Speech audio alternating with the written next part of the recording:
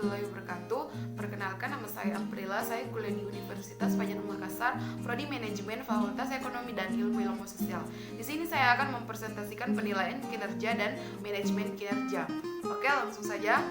Penilaian kinerja adalah evaluasi sistematis terhadap kinerja karyawan dan mampu memahami kemampuan kinerja karyawan yang terdiri dari yang pertama penilaian top down.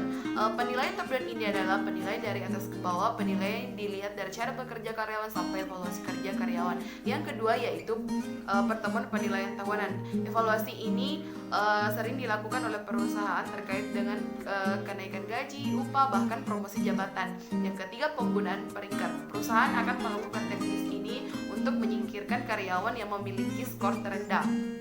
Yang keempat yaitu sistem monolitis. Penilaian ini dilakukan dengan cara kerjasama antara karyawan lain dengan karyawan yang lain. Yang kelima yaitu fokus pada nilai yang dituju. Artinya perusahaan akan melakukan penilaian dengan satu sisi tanpa melibatkan penilaian karyawan yang lain. Yang keenam yaitu sering dikaitkan dengan pembayaran. Artinya karyawan sering melakukan pekerjaan dan meminta tambahan gaji terkait dengan pekerjaan mereka sebelum pekerjaan mereka selesai. Yang ketujuh yaitu dokumen birokrasi yang rumit. Penilaian yang dilakukan karyawan terhadap pelayanan masyarakat yang kurang maksimal.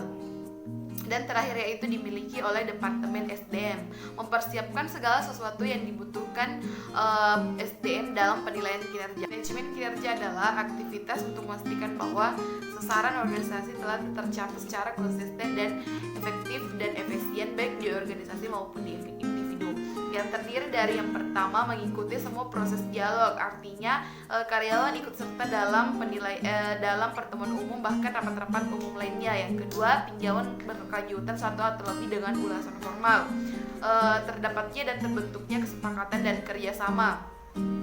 Sedikitnya penilaian umum, perusahaan akan lebih fokus ke penilaian individu atau per orang. Proses yang mudah artinya karyawan akan melakukan pekerjaan yang tepat dan benar. Selanjutnya fokus pada nilai, kebiasaan dan juga objektif. Perusahaan akan lebih fokus ke target atau misi suatu perusahaan.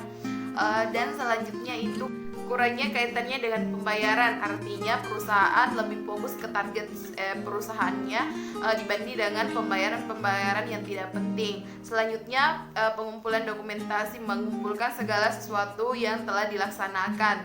Yang terakhir yaitu dimiliki oleh pihak manajer. Masing-masing manajer memiliki peran dan fungsi dalam manajemen kinerja. Itulah tadi hasil dari persentase saya mengenai penilaian kinerja dan manajemen kinerja. Semoga bermanfaat bagi kita semua. Terima kasih. Assalamualaikum warahmatullahi wabarakatuh dan selamat berpuasa.